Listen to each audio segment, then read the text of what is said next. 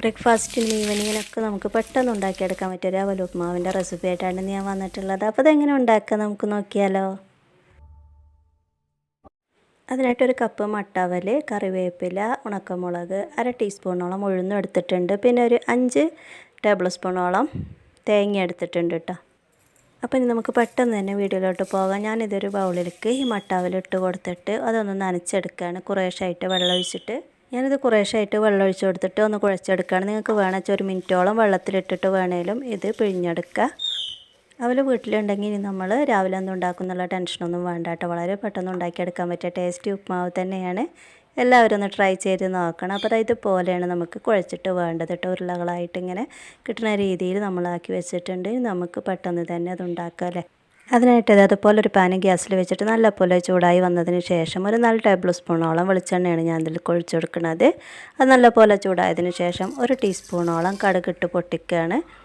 കുറച്ച് പൊട്ടി കഴിയുമ്പോൾ തന്നെ നമ്മൾ ഉഴുന്നും കൂടെ അതിലേക്ക് ചേർത്ത് കൊടുക്കുന്നുണ്ട്. അതിനുശേഷം നമ്മൾ ഉണക്കമുളക് ചേർത്ത് കൊടുത്തു.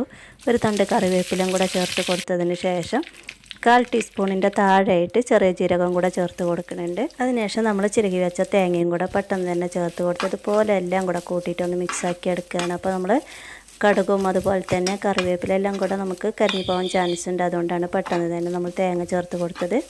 അതിനുശേഷം നമ്മൾ പാകത്തിന് ഉപ്പും കൂടെ ചേർത്ത് കൊടുക്കുകയാണ്. ഉപ്പും കൂടെ ചേർത്ത് കൊടുത്തതിന് ശേഷം നമ്മളെല്ലാം കൂടെ കൂട്ടിയിട്ട് നല്ലപോലെ ഒന്ന് മിക്സാക്കി എടുക്കുകയാണ്. അപ്പോൾ വളരെ ടേസ്റ്റി ആയിട്ടുള്ള റെസിപ്പി എല്ലാവരും ഒന്ന് ട്രൈ ചെയ്ത് നോക്കണം. ഇനി നമ്മളിതിലേക്ക് കുതിർത്ത് വെച്ച അവലും കൂടെ ഇട്ട് കൊടുക്കുകയാണ്.